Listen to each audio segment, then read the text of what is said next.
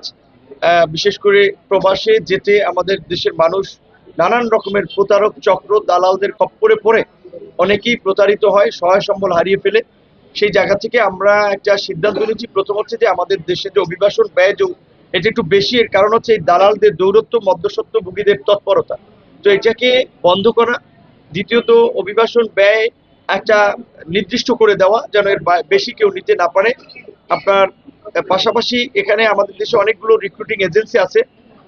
যে সমস্ত এজেন্সিগুলোর বিরুদ্ধে প্রতারণার অভিযোগ পাওয়া যাচ্ছে, বা যারা মানুষকে, আমরা দেখি যে আমাদের মিডল ইস্ট থেকে বিভিন্ন সময় গৃহকর্মী বা অনেক মানুষ এসে নির্যাতিত হয়ে, এই অভিযোগ যে সমস্ত প্রতিষ্ঠানগুলোর বিরুদ্ধে যে যারা এগুলোর সাথে জড়িত তাদের বিরুদ্ধে ব্যবস্থা নেওয়া, এবং এই যে 3000 রিক্রুটিং এজেন্সি আছে এগুলোকে যাচাই বাছাই করে পুনরায় তাদেরকে আপনার অনুমোদন দেওয়া। কারণ হচ্ছে তারা অনুমোদন নিয়েছে, তাদের অনেকের বিরুদ্ধে গুরুতর অভিযোগ আছে, এবং তারা অনেকেই আপনার সরকারের নির্দেশনা বা মন্ত্রণালয়ের নির্দেশনা মেনে কাজ করছে না। সেক্ষেত্রে আমরা এটি নিয়ে যাচাই বাছাই করছি।